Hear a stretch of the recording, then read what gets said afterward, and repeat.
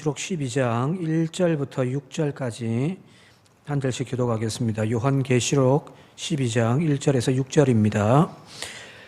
하늘에 큰 이적이 보이니 해를 옷 입은 한 여자가 있는데 그 발 아래에 있는 달이 있고 그 머리에는 12별의 관을 섰더라.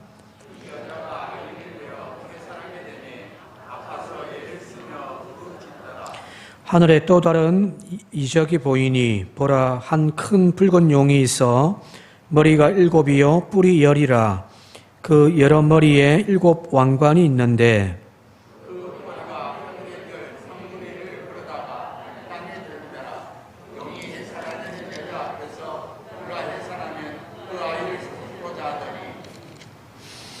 여자가 아들을 낳으니 이는 장차 철장으로 만국을 다스릴 남자라. 그 아이를 하나님 앞과 그 보좌 앞으로 올려가더라.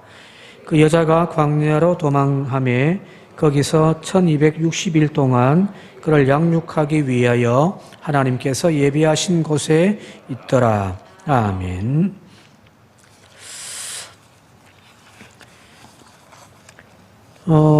오늘부터 이제 12장부터 쭉 보면은 이제 재밌는 이야기들이 나옵니다. 그죠? 우리가 좀 잘 알고 있는 앞부분은 어떤 7 대접, 7 봉인 때는 이야기들이 쭉 반복되어 나오지만, 이렇게 비슷한 이야기도 나오지만, 이제부터는 좀 재밌는 이야기들이 나옵니다. 우리 너무 잘 알고 있는, 또 이단들이 또 많이 또 언급하고 사용하는 그런 이야기들이 나오는데, 자, 오늘 살펴볼 이 본장의 내용에 앞서서 11장, 지난 시간에 우리가 살펴봤던 11장 마지막 구절, 19절을 한번 같이 한번 보도록 할게요.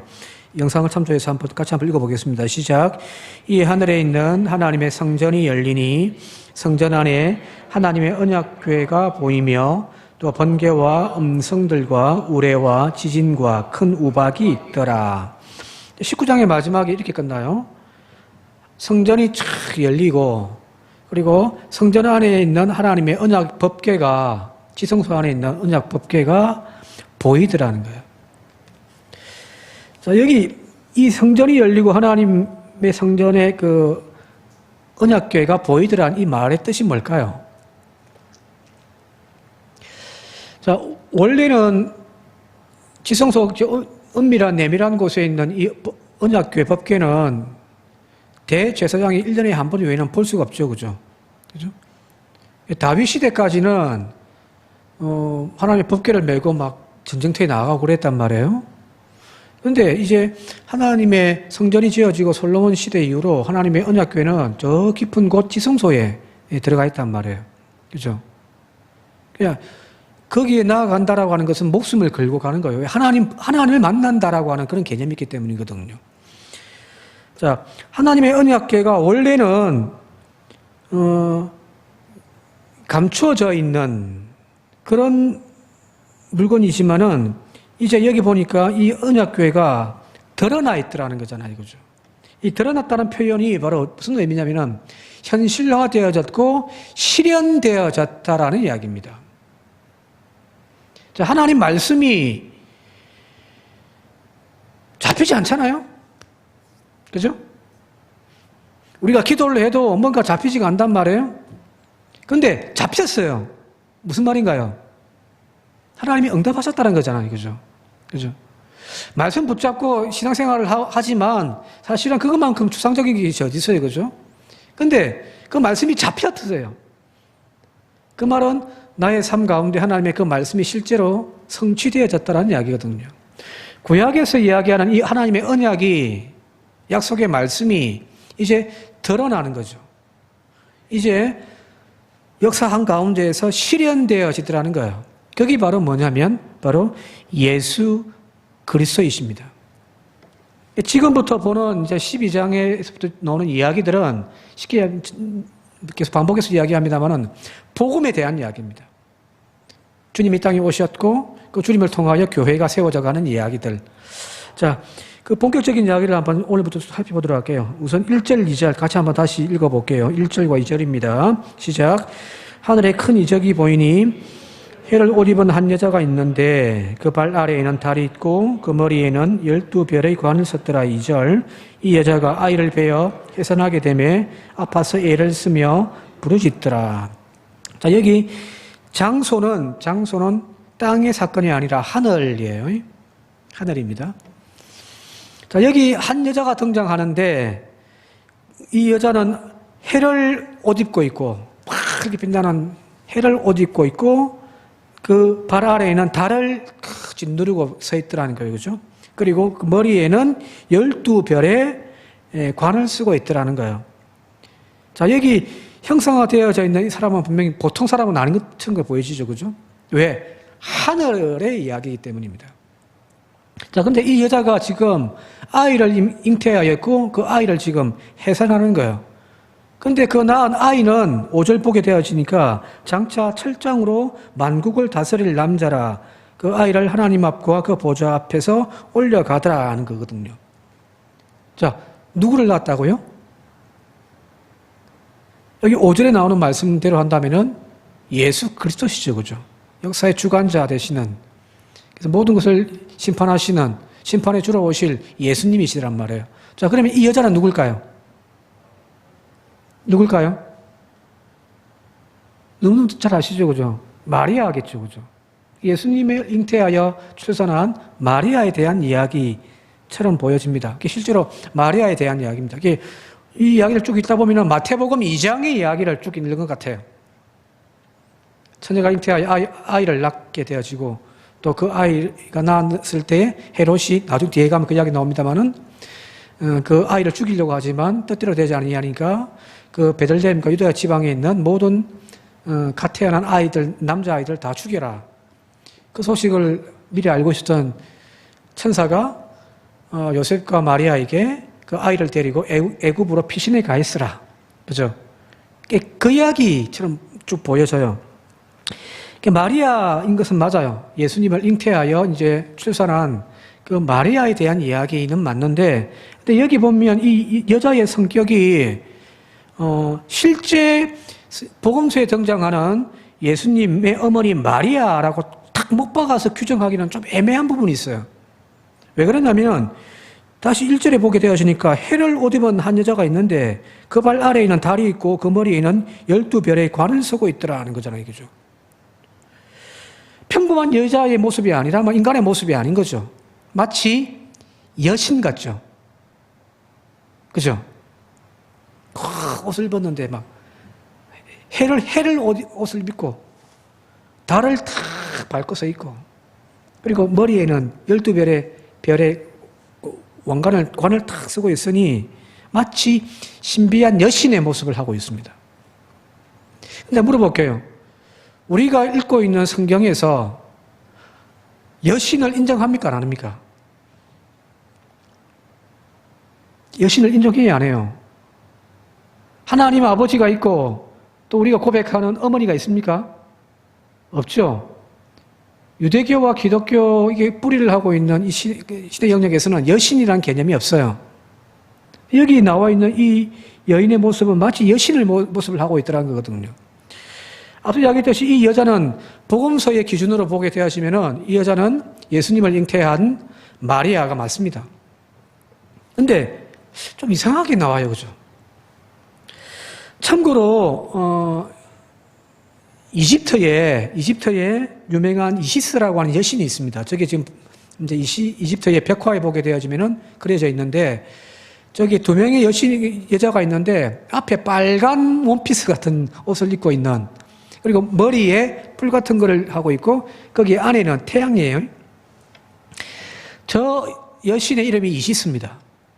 그런데 이 이시스와 관련되어진 문헌들의 기록에 보면 이런 표현이 있어요. 이시스는 태양을 서쪽으로 옮기며 달을 동쪽으로 움직이게 하고 태양 아래 6개의 화해의 별을 움직이는 자, 이런 표현들이 나온단 말이에요. 이집트의 유명한 여신이에요. 이 이집트의 이시스라고 하는 여신이 나중에 헬라와 결합되어져서 그리스 로마 신화에서 아프로디테라든지 혹은 페르소포네라고 하는 여신으로 이렇게 바뀌어지기도 합니다. 숭배되어지기도 하더라는 거예요. 그래서 이 이시스의 여신이 동양과 서양에 많은 영향력을 끼쳤던 여신이기도 합니다. 근데 왜 이야기를 하냐면은 오늘날 천주교에서는 이 마리아를 숭배한다고 우리는 알고 있잖아요. 그죠? 이제 기도를 해도 마리아에게 기도를 하고, 그죠? 성당 딱 들어가면 보통 보면 그 마당에 뭐가 있냐면은 중앙에 성모가 딱 서 계시거든요. 들어가자마자 보통 이제 그게 기도하고 들어가잖아요. 그죠? 개신교인 우리들이 볼 때에는 이게 이상하더란 말이에요. 그죠? 자, 그런 맥락에서 여기 나와 있는 이 여인의 모습은 사실은 어떤 역사에서 등장했던 복음서에 등장하는 마리아의 모습만은 아니라는 거예요. 우리가 읽는 성경에는 고대 건동이라든지 그리스 로마 신화에 등장하는 여신과 같은 개념이 분명히 등장하지 않습니다. 그건 주님이 인정을 하질 않아요. 즉 신약 성경에 서여졌던 그 시대, 제일 빨리 서여졌던 것이 바울 서신, 그것이 빠른 것이 한 50몇 년대부터 시작해서 복음서는 70년, 요한계시록은 90년 이후에 써졌다고 하니까 하여튼 이 사이에 성경이 거의 다 써졌거든요. 신약 성경이요. 자, 이 써여질 당시에 지금 우리가 알고 있는 성모 마리아라고 하는 개념, 숭배하고 하는 그런 개념의 성모 마리아에 대한 어떤 이미지가 그 당시에 있었을까? 있었을까요? 없었어요. 그런 어떤 신앙이 있었다고 한다면은 성경을 적던 그 시대에 복음서 같은 경우도 그 시대에 성경을 적을 때에 그런 영향력이 들어가겠죠. 그죠? 마리아를 아주 특별한 인간으로 하나님의 어떤 특별한 신적인 능력을 받은 그런 어떤 여신과 같은 이미지로 그렇게 아마 적었을 거란 말이에요. 근데 복음서를 아무리 읽어봐도 예수님의 어머니에 대하여서 이렇게 격상시킨다든지 특별한 존재로 표현해 놓지는 않고 있거든요. 무슨 말이냐면 성경이 써여지던 그 시대까지 요한이 지금 이 복음서를, 이 계시록을 썼던 그 90년, 그러니까 1세기가 끝나기 전까지 마리아는 단순히 예수님의 육신적인 어머니의 개념이에요. 함부로 대할 수 있는 존재는 아니죠. 그죠? 왜? 예수님의 어머니니까. 예수님이 요한복음 보면은 십자가에서 이제 말씀하시기를 요한에게 네 어머니다. 그죠? 존경하고 보살피라는 이야기겠죠. 자, 그리 보면은 복음서나 사도들의 서신에서는 이 마리아에 관한 내용이라든지 칭송에 대한 이야기들은 찾아볼 수가 사실은 없습니다. 근데 이게 2세기 넘어가면서 이 어머니 마리아에 대해서 교회가 고민을 하기 시작한 거예요. 왜? 예수님의 신성을 강조하려고 하다 보니까 그 예수님을 낳은 어머니가 그냥 보통 평범한 여인이었으면 안 되는 거예요. 왜 그러냐면 이게 좀 복잡한 신학적인 문제인데 초창기 한 4세기까지 계속해서 복잡하게 논쟁되어졌던 것 중에 하나가 뭐냐면 예수님의 신성과 인성에 대한 문제 갖고 엄청나게 많은 논쟁들이 있어서 왔습니다. 근데 주로 이제 신성을 강조하는 거예요. 예수님은 하나님의 아들이라는 거예요. 신이라는 거예요. 그런데 그 신을 낳은 어머니가 단순한 육신적인, 그러니까 타락한 죄의 본성을 가지고 있는 그 여성으로만 이렇게 포지션을 해버리면은 예수님은 그 어머니에게서 나왔기 때문에 예수님도 무죄하다라고 하는, 죄가 없다라고 하는 그 논리가 성립이 안 되니까 조금씩 마리아를 칭송하기 시작합니다. 나중에는 신적인 존재까지 이렇게 가깝게 신성을 막 인정해주는 그런 정도까지 나가버리거든요. 2세기 때는 이 마리아에게 칭호가 하나 붙습니다. 그게 뭐냐면은 데오토코스라고 하는 말이에요. 데오스, 신, 그죠? 하나님. 토코스라고 하는 이름이 마리아에게 붙는데 그 뜻이 뭐냐면은 신을 낳은 자, 다르게 표현하면은 하나님의 어머니, 이런 표현입니다. 예수님을 신성을 강조하다 보니까 하나님과 동격으로 여기는 거죠. 그러니까 예수님을 낳았단 말은 신을 낳은 여인이라는 거예요. 하나님의 어머니, 이런 표현이 마리아에게 붙어집니다. 그냥 예수님의 어머니가 아니고, 그죠? 신을 낳은 자, 신의 어머니, 하나님의 어머니라는 표현이 붙었단 말은 이미 이 마리아에 대한, 이미 마리아는 죽었겠죠. 2세기니까. 그러니까 그를 어떤 조금씩 신격화시키는 작업들이 이루어져요. 일반 교인들이 대중들에게 아주 보편적으로 이렇게 퍼져 뿌리 깊게 내려가 있었단 말이에요.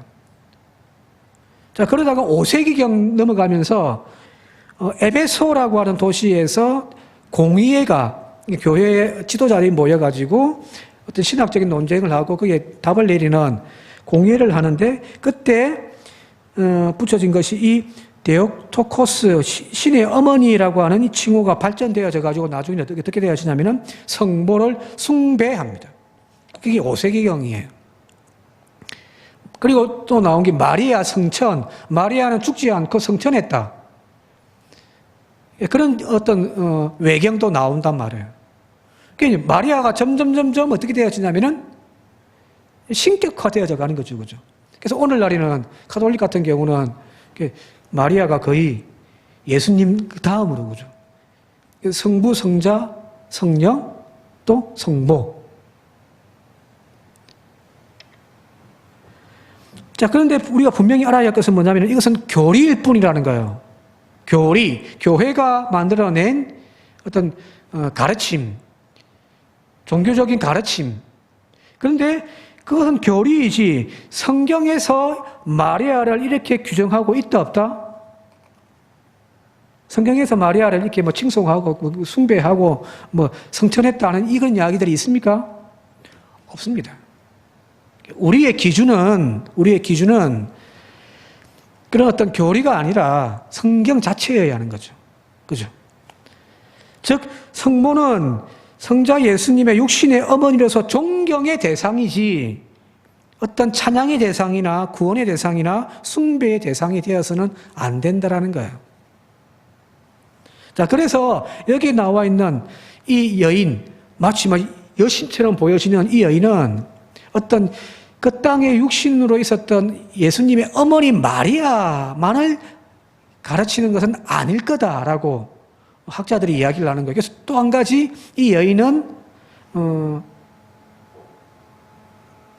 교회라고 하는 거예요. 이게 뭐 어떤 추석책이라든지 그런 거 보면은 뭐 교회라고 이렇게 나와 있긴 한데 딱 교회라고 한 말이 안 맞을 것 같아요. 더 정확한 것은 메시아를 품고 있는 신앙 공동체가 맞을 것 같아요. 구약에는 이스라엘 백성들에게, 유대인들에게 하나님께서 인류를 구원할 메시아를 보내주신다라고 했고, 그 메시아를 고대하는 그 믿음을 가지고 있었던 신앙 공동체가 있었잖아요. 그죠? 그 공동체에서 그 메시아 사상을 품고 있던 그 유대인들에게서 예수님이 나셨죠. 그죠? 그리고 그 신약시대에 와서는 교회가 그 신앙의 대를 이어가면서 예수님을 신앙 고백으로 탄생시킨 거예요. 예수님이 육신으로 탄생하신 것은 2000년 전에 베들레헴에서 나셨지만 이 땅에서 공생의 3년을 사시면서 하나님 나라를 선포하셨던 그 예수를 그가 하나님의 아들이다라고 신앙 고백으로 예수를 그리스도로 만든 것은 교회인 거거든요. 그래서 이름 잘 아시는 베드로가 예수님과 함께 가이사랴 빌립보에 가가지고 거기서 예수님이 제자들에게 사람들이 나를 뭐라고 이야기하냐? 어떤 사람들은 선지자라고도 하고 어떤 사람들은 뭐 엘리야라고도 이야기를 합니다만은 그러니까 너희들은 나를 누구라고 생각하느냐라고 이야기했을 때 베드로가 신앙 고백하죠, 그죠? 같이 해볼까요? 시작. 주는 그리스도시요, 그거 아닙니다. 살아계신 하나님의 아들이십니다. 그죠? 유명한 베드로의 신앙 고백이잖아요. 자, 이 고백이 있고 난 다음에 예수님이 옳거니 네가 지금 바른 말을 했다. 네가 지금 한 그 고백은 혈육으로 한 고백이 아니라 내 안에서 역사하시는 성령님께서 하신 고백이다 라고 이야기하면서 베드로에게 약속을 주시죠. 그게 이제 마태복음 16장 18절입니다. 같이 한번 읽어볼게요. 시작. 또 내가 네게 이르노니 너는 베드로라. 내가 이 반석 위에 내 교회를 세우리니 음부의 권세가 이기지 못하리라. 이 교회라고 한 표현이 여기서 나오는 거죠. 자, 여기 베드로 하면 페트로 반석 위에 내가 교회를 세울 거다는 거잖아요. 이 반석 위에 내가 세울 거다. 베드로 위에 베드로라고 하는 그 한 개인의 그 위에 교회를 세우는 것이 아니에요. 그래서 가톨릭은 이 교회의 반석은 베드로 초대 제1대 교황을 베드로로 이야기하면서 교황 위에 교회가 세워졌다고 이야기를 하거든요. 그래서 교황은 무오예요. 가톨릭에서 이야기하는 교황은 흠이 없습니다. 그런 이야기가 아니라 베드로라고 하는 흠 많고 흔들리기 쉬운 시몬의 그 존재 위에 세워진 교회가 아니라 베드로 위에 반석 위에 세워졌다는 이 표현은 베드로 네가 조금 전에 했던 그 신앙 고백이에요. 주는 그리스도시요 살아계신 하나님의 아들이십니다라고 하는 이 신앙 고백 위에 교회가 세워지는 거예요. 그래서 여기 이 여인은 복음서와 비교해서 마리아일 수도 있고요. 그리고 또 구약시대에서부터 예수 그리스도를 이렇게 메시아를 품고 있던, 그리고 메시아를 탄생시키고 메시아를 여전히 품고 있는 신약의 교회이기도 하더란 거예요.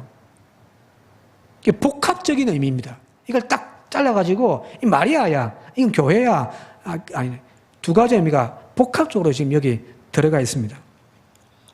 자, 그리 보니까 여기 2절 말씀에 이 여자가 아이를 베어 해산하게 되매 아파서 애를 쓰며 부르짖더라. 예수 그리스도를 잉태한다라고 하는 것, 예수 그리스도를 우리 교회 가운데 품는다라고 하는 것, 예수 그리스도를 저와 여러분들의 삶 가운데 모신다라고 하는 것, 그것이 엄청난 우리에게 축복이죠. 아닌가요? 저는 목사라서 이런 말을 하는 것이 아니라 저는 제가 정말 잘한 것 두 가지가 있습니다. 하나는 제가 예수를 만난 거예요. 내 인생의 가장 큰 행복이고 축복이 예수 만난 거야. 또 한 가지는요, 아내 잘 만난 겁니다. 비웃은 건 아니죠, 그죠? 맞다라고. 예수를 만난다라고 하는 것은 우리에게 엄청난 축복이란 말이에요. 자, 그런데 그 예수를 품고 사는 삶은 여기 나와 있듯이 해산하게 되면 아파서 애를 쓰는 존재예요. 복음이란 그런 거예요. 나의 생명을 잉태하는 그런 엄청난 축복이지만 그 속에는 엄청난 고난이 있는 거거든요. 그래서 로마서 8장 17절에 자녀이면 또한 상속자 곧 하나님의 상속자요 그리스도와 함께 한 상속자니 우리가 그와 함께 영광을 받기 위하여 고난도 함께 받아야 할 것이니라. 마리아만 예수를 잉태하여 10달 동안 배에서 키우고 그리고 그 출산하면서 엄청난 고통을 당한 것이 아니라 오늘 우리도 마찬가지인 거예요. 오늘날 교회가 정말 예수를 품게 되어질 때에 그 속에는 엄청난 영광과 하나님의 은총이 있지만 거기에는 고난이 함께 있는 거예요. 그래서 그 바울이 교회를 향하여서 내가 너희들을 해산하는 고통으로 낳지 않았느냐 하는 거잖아요. 그죠? 오늘 저와 여러분들 가운데 바로 이 해산하는 고통이 있기를 바랍니다. 아이는 가지고 싶고, 근데 해산하는 고통은 싫어요. 그러면 아이 못 갖죠. 그죠? 이 두 가지는 함께 가는 것이라는 것을 기억하실 수 있길 바랍니다. 계속해서 3절, 4절 같이 한번 읽어볼게요. 3절, 4절 시작. 하늘에 또 다른 이적이 보이니 보라 한 큰 붉은 용이 있는데 머리가 7이요 뿔이 10이라. 그 여러 머리에 7 왕관이 있는데 4절 그 꼬리가 하늘의 별 3분의 1을 끌어다가 땅에 던지더라. 용이 해산하려는 여자 앞에서 그가 해산하면 그 아이를 삼키고자 하더라. 여기 이제 3절 보게 되시니까 또 다른 하나의 이제 그 이미지가 등장하는데 그것은 바로 붉은 큰 용이에요. 자, 여기 3절에 그 머리가 7이요, 뿔은 10이라. 여러 머리에는 7 왕관이 있더라. 이 부분은 나중에 13장에 또 나오니까 그때 좀 본격적으로 말씀 좀 드릴게요. 여기는 큰 또 뜻이 있으니까요. 대신에 여기 이제 큰 용, 성경에서 말하는 용이라는 표현은 굉장히 인간을 적대하는, 하나님을 적대하는 대적자의 이미지인 거죠. 그죠? 다 아시죠? 그죠? 요한계시록 12장 9절, 오늘 읽은 12장 9절에 보면 이런 말씀이 있습니다. 같이 한번 읽겠습니다. 시작. 큰 용이 옛뱀 곧 마귀라고도 하고 사탄이라고도 하며 온 천하를 꿰는 자라. 그가 땅으로 내쫓기니 그의 사자들도 그와 함께 내쫓기니라. 저 뒤에 이제 20장 2절 말씀 시작. 용을 잡으니 곧 옛뱀이요 마귀와 사탄이라. 잡아서 1000년 동안 결박하였더라. 여기 보게 되어지면은 요한복음에서 끊임없이 그 이 용을 옛뱀 곧 마귀라 사탄이라고, 하나님과 대적하고 하나님의 백성과 하나님의 자녀들을 그냥 가만히 두지 않는 하나님과 대적하는 존재, 그 존재가 여기 용인 거죠. 다 아시니까 넘어갈게요. 근데 이 용을 표현하는 것들이 보니까 몇 가지가 있는데 첫 번째가 붉은 용이라는 거예요. 붉다라는 거예요. 자, 이 붉다라는 것은 피를 상징하거든요. 피를 상징하다 보니까 피를 흘리는 존재예요. 용은 잔인한 존재예요. 마귀는 우리를 파괴하는 그런 존재를, 피를 흘리게 하는 존재라는 이야기예요. 자, 그래서 여러분들, 하나님의 속성 중에 하나가 뭐죠? 사랑의 하나님이죠. 그죠? 자비의 하나님이시죠. 용서의 하나님이시죠. 그죠? 반대로, 하나님과 반대되어지는 사탄은, 마귀는요, 파괴의 존재예요. 그래서 여러분들 교회 안에서든 또 밖에서든 이게 진짜 그리스도인인지 아닌지를 구별하는 방법이 뭐냐면 이거죠. 사랑하면 하나님의 자녀인 거예요. 미워하고 관계를 파괴하면 마귀 새끼예요. 다른 거 없어요. 그죠? 하나님의 자녀라고 한 사람이 어떻게 다른 사람을 우습게 여기고 할 수가 있냔 말이에요. 마귀짓이지. 하나님의 사람은 사랑하는 겁니다.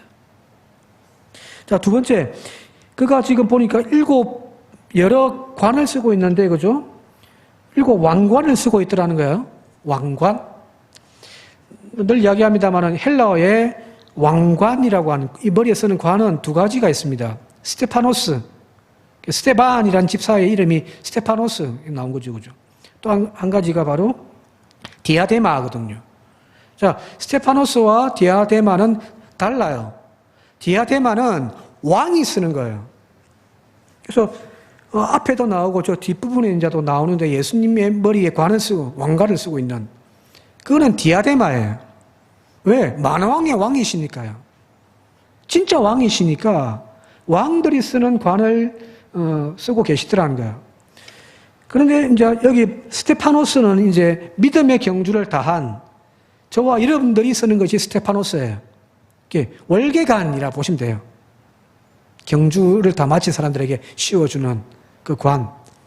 자, 그런데 여기 지금 이 용이 쓰고 있는 7 관, 면류관은 스테파노스일까요? 디아데마일까요? 뭘까요? 약간 뽑기 한번 해봅시다. 지금 여기 용이 쓰고 있는 7개 관은 스테파노스다. 부끄럽게 이렇게 손들어도 됩니다. 손 팍 안 들어도 됩니다. 아니면 예수님이 쓰고 있는 왕관인 디아데마다. 아무도 손을 안 대. 니 혼자 해라. 그겁니까? 자, 여기 보게 되어지니까 성경 헬라어 원문에는 어떻게 되어 있냐면은 이 일곱 관이 디아데마입니다. 디아데마예요.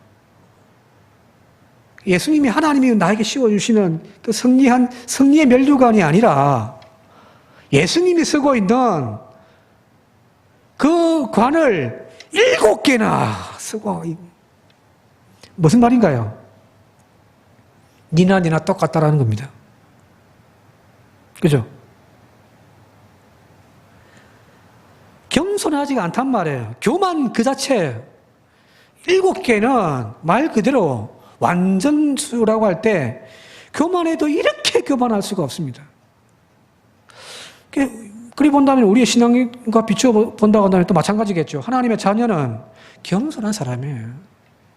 언제나 주님 앞에 나왔을 때 고개 숙이고 겸손할 줄 아는 사람. 다른 사람들 앞에서 더 타인을, 그 다른 사람을 더 낮게 여기고 자기는 겸손할 수 있는 사람. 그게 하나님의 자녀입니다. 근데 마귀 새끼는요, 언제나 교만합니다. 오늘 우리의 신앙에서도 읽어보면서 내가 지금 교회는 다니고 있고 목사는 하고 있지만 내가 지금 진짜 하나님의 자녀인지 마귀 새끼인지를 판단할 수 있는 비결이 바로 여기 있어요. 마귀의 모습을 그대로 하고 있으면 나는 마귀예요. 그러나 내 속에 하나님의 성품으로 하나님의 그 일들을 사랑하고 겸손하고 하는 모습을 가지고 있으면 하나님의 자녀다운 모습인 거죠. 그죠? 내가 어렸을 때 예수를 영접했다고 해서 여전히 내 안에 예수가 계신 것은 아니잖아요. 어느 순간 마귀가 틈을 비집고 들어와가지고 7 귀신이 뛰어오는 그런 영혼이 될 수도 있잖아요. 그죠? 끊임없이 점검하고 또 점검할 수 있는 저와 여러분들 되시길 바랍니다. 우리 교회 딱 오면 와, 이 교회는 진짜 예수 교회다. 여러분들 만나는 사람들마다 진짜 예수 믿는 사람들이다 라고 하는 소리를 들을 수 있기를 바랍니다. 그리고 여기 또 보니까 그 꼬리가 있어가지고 하늘의 별 3분의 1을 끌어다가 땅에 팍 던져버리죠. 그죠? 자, 여기 별의 3분의 1을 땅에 떨어뜨리는 그 권세가 누구에게 있었죠? 이미 앞부분에 보게 되어지니까 7 봉인 뗄 때에 3분의 7 잔을 엎을 때에 그 보면은 3분의 1을 하늘의 별이 우르르 떨어지잖아요. 그죠? 자, 거의 신적인 하나님과 거의 비슷한 능력이 여기 사탄에게도 있더라는 겁니다. 사탄 우습게 보지 마십시오. 저와 여러분들이 함부로 나아가서 부딪혀서 싸울 수 있는 존재가 아닙니다.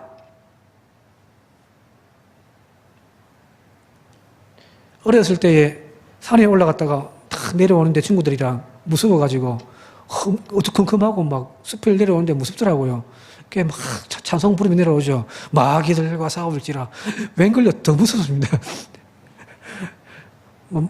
영광 할렐루야 마귀들과 싸울지라 막 찬송 부르며 내려오는데도 아우 무섭더라고요. 그게 인간의 어떤 감정적인 두려움이라고 한다면 마귀는 진짜 무섭습니다. 이 마귀가 끊임없이 우리를 넘어뜨리려고 오늘도 다가오고 있는데 그냥 헐레하고 있으면 다 넘어져요. 신앙생활을 지금 우리처럼 하고 있으면 마귀가 얼마나 우습게 여기고 있겠어요.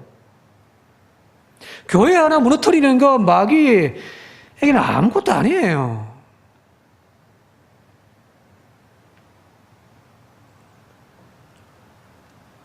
그래서 우리에게 필요한 것은 십자가에서 승리하신 예수의 이름이 우리에게 필요한 거거든요. 왜요? 마귀는 예수를 이길 수가 없기 때문이잖아요. 그죠?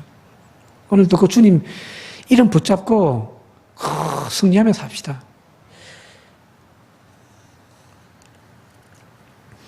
계속해서 5절, 6절 같이 한번 읽을게요. 5절, 6절 함께 읽겠습니다. 시작. 여자가 아들을 낳으니 이는 장차 철장으로 만국을 다스릴 남자라.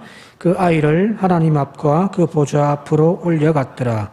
그 여자가 광야로 도망하며 거기서 2600 그를 양육하기 위하여 하나님께서 예비하신 곳이 있더라. 아이를 이제 출산했는데 이 아이를 상속시키려고죠. 그런데 하나님께서 그 아이를 보좌 앞으로 데리고 가버리신 거잖아요. 그죠? 그래서 요한계시록을 제가 늘 이야기했습니다만은 제4복음서라고 이야기를 하는 거예요. 이제 여기서부터가 나오는 이야기들이에요. 예수님의 탄생에 대한 이야기. 그 앞부분은 예수님의 어떤 메시아에 대한 예고의 부분이었다면 이제 실현되어져 가는 복음서의 이야기들을 한 거예요. 그런데 마태, 마가, 누가, 요한복음의 이야기는 예수님의 공생애의 관점을 두고 있다면 여기 요한복음은 예수님의 죽음과 예수님의 부활, 예수님의 성천 거기에 초점을 두고 있습니다. 조금 복음서와 다른 차이가 여기 있습니다. 여기 나와 있는 6절에 보니까 이 여자가 광야로 도망감에 1260일 동안 그를 양육하기 위하여 하나님께서 예배하신 곳이 있더라. 그 아들을 삼키려고 하니까 아들을 하나님이 보좌로 앞으로 데려가 버리시고 이 여자는 광야로 도망갔더라는 거잖아요. 그죠? 복음서에 나와 있는 예수님 탄생, 헤롯 대왕이 그 소식을 듣고 이 아이를 죽이려고 하다가 동방 박사가 천사를 만나서 오던 길로 가지 말라고 해서 다른 길로 갔을 때 헤롯은 어딘지 알 수가 없고 그때 천사가 마리아와 요셉에게 빨리 애굽으로 아이를 데리고 피신하라. 그죠? 그 이야기와 일맥상통하죠. 그죠? 자, 그런데 여기 보게 되어지니까 자, 5절에 그 아이를 하나님 앞과 보좌 앞으로 올려갔더라. 이제 데리고 가버린 거예요. 이제 이 여자는 혼자 남은 거예요. 그죠? 그런 부분에서는 복음서의 이야기를 똑같이 그냥 딱 뺏긴 것이 재탕한 것이 아니라는 거예요. 다른 이야기를 하고 있더라는 거예요. 그래서 앞서 이야기했던 마리아에 대한 이야기이기도 하지만 또 한편에서는 이 땅에 남겨진 교회에 대한 이야기라는 거예요. 예수를 품고 있는 교회. 6절은 이 여자가를 교회로 바꿔보세요. 이 교회가 광야로 도망가며 거기서 1260일 동안 그를 양육하기 위하여 하나님께서 예비하신 곳이 있더라. 여기서 말하는 양육이란 아이를 양육하는 것이 아니에요. 아이는 이미 올라갔고요. 남겨져 있는 그 여자를 하나님께서 보살피는, 돌보는 그런 곳이라는 거예요.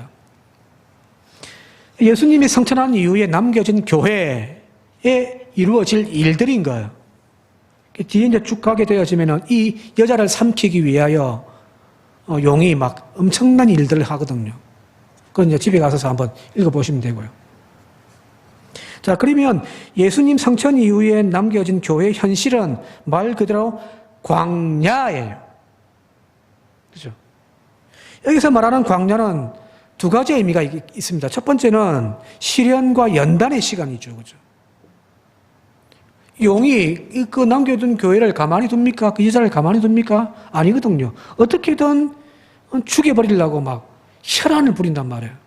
그래서 엄청난 박해와 고난의 시간, 그게 교회에 남겨져 있는 시간들이라는 겁니다. 또 한 가지는 여기 나와 있듯이 하나님이 그를 양육하기 위하여, 이 양육이라는 표현이 다른 말로 이렇게 돌보다 그런 뜻이거든요. 그래서 이 시간은 철저한 하나님의 돌봄의 시간입니다.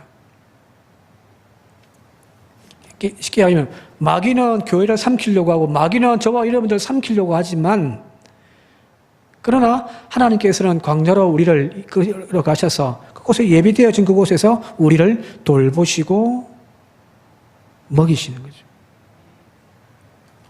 그래서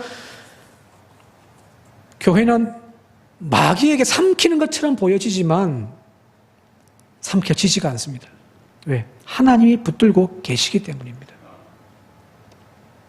오늘도 바로 하나님이 이제 여기서 도저히 난 너희들하고 같이 못 있겠어 하고 고개를 돌려버리시고 하나님의 영광이 떠나버리시면은 삼켜지겠지만 우리가 끝까지 예수 이름 붙잡고 믿음으로 그 복음으로 또 말씀의 진리로 설교가 몸부림친다면 하나님은 이 풍랑의 시대 속에 있는 교회를 결코 버리지 않습니다. 왜? 교회가 세상을 밝힐 등불이고 하나님의 거룩한 자녀들이기 때문이거든요.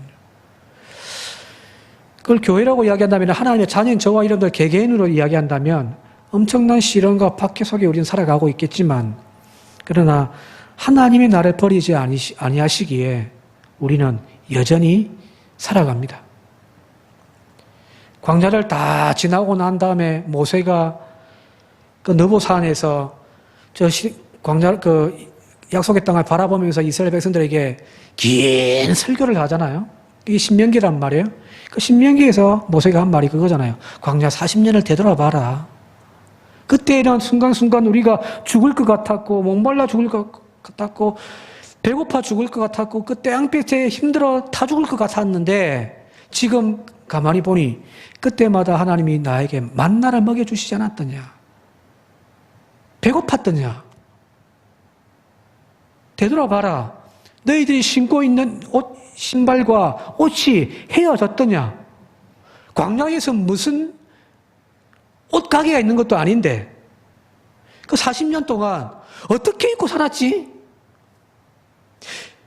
아무것도 없는 그 광야에서 어떻게 먹고 살았지? 하나님의 독수리 날개로 여기까지 품고 오셨더라. 모세는 그렇게 고백하거든요. 오늘 저와 여러분들 가운데 이런 고백이 있기를 바랍니다. 마지막으로 가만히 있는 우리를 삼키려고 하는 이 사탄, 너무너무 무서운 존재, 깨어있는 우리의 믿음이 되어지기 위하여 베드로전서 5장 8절과 9절 읽고 오늘 말씀 마치도록 할게요. 같이 함께 읽겠습니다. 시작. 근심하라 깨어라 너희 대적 마귀가 우는 사자같이 두루다니며 삼킬 자를 찾나니 너희는 믿음을 굳게 하여 그를 대적하라. 이는 세상에 있는 너희 형제들도 동일한 고난을 당하는 줄을 알미라. 깨어 있으십니다. 흐리멍텅하게 그냥 막 이따가는 다 자빠집니다.